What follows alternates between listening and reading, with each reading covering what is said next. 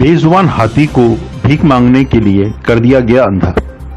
55 वर्षीय बेजुबान की रोशनी लौटाने में जुटी टीम। मथुरा जनपद के फरह स्थित चुरमुरा हाथी संरक्षण केंद्र में शुक्रवार को एक और हाथी लाया गया। 55 वर्षीय हाथी का नाम आर्य है। इसका इस्तेमाल भीख मांगने के लिए किया जा रहा था। इसकी आंख में नुकीली चीज से चोट पहुंचाई गई थी। उत्तर प्रदेश के मैनपुरी जनपद में शुक्रवार सुबह एक युवक की गोली मार की हत्या कर दी गई। इस घटना से क्षेत्र में सनसनी फैल गई।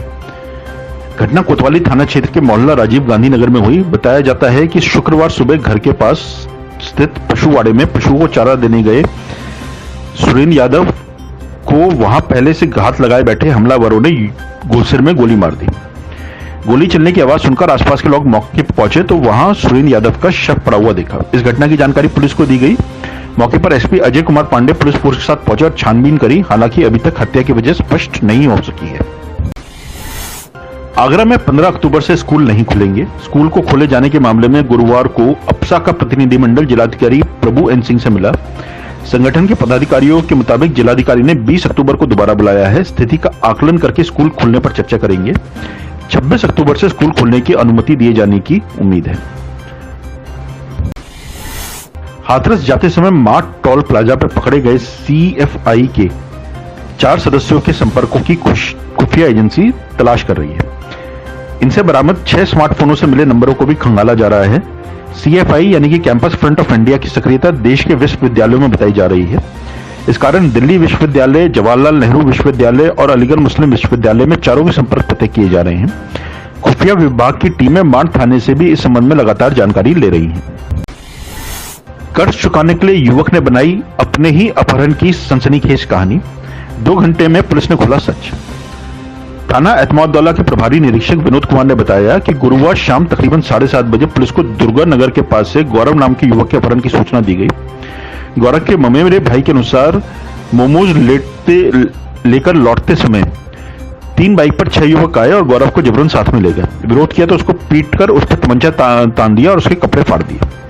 हालांकि पुलिस ने 2 घंटे में युवक को बरामद कर लिया और पता लगा लिया कि युवक की सारी कहानी झूठी है, जो उसने अपने पिता से 50,000 रुपए लेकर अपना कर्जा उतारने की नीयत से बनाई थी। देर रात पुलिस ने युवक के खिलाफ कार्रवाई करी। आगरा में चाइल्ड लाइन के हेल्पलाइन नंबर पर इस साल सितंबर तक 9 महीने में 55 किशोरियों से छेड़छाड़ की शिकायत मिली। इनमें 38 यानी 70% अपनों के ही खिलाफ थी। पिता, चाचा और रिश्ते के भाइयों पर भी आरोप लगे।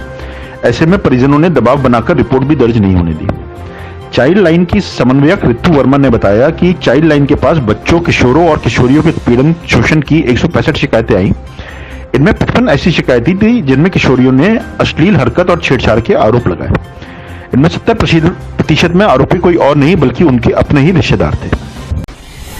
फिरोजाबाद थाना उत्तर के रामलीला के समीप स्थित चूड़ी के गोदाम में बुधवार की रात चोरों ने जंगला काटकर चोरी की वारदात को अंजाम दिया। सूचना पर पहुंची पुलिस ने मामले की जांच पड़ताल की है। थाना दक्षिण के सब्जी मंडी बजरिया निवासी शोभित अग्रवाल पुत्र योगेंद्र कुमार अग्रवाल की थाना उत्तर के रामलीला के सामने संगमनेर बैंगल स्टोर के नाम से चूड़ी का गोदाम संचालित करते हैं। शोभित ने बताया कि बृहस्पतिवार सुबह चूड़ी गोदाम खोलने गए थे तो मौके पर गोदाम का जंगला टूटा मिला।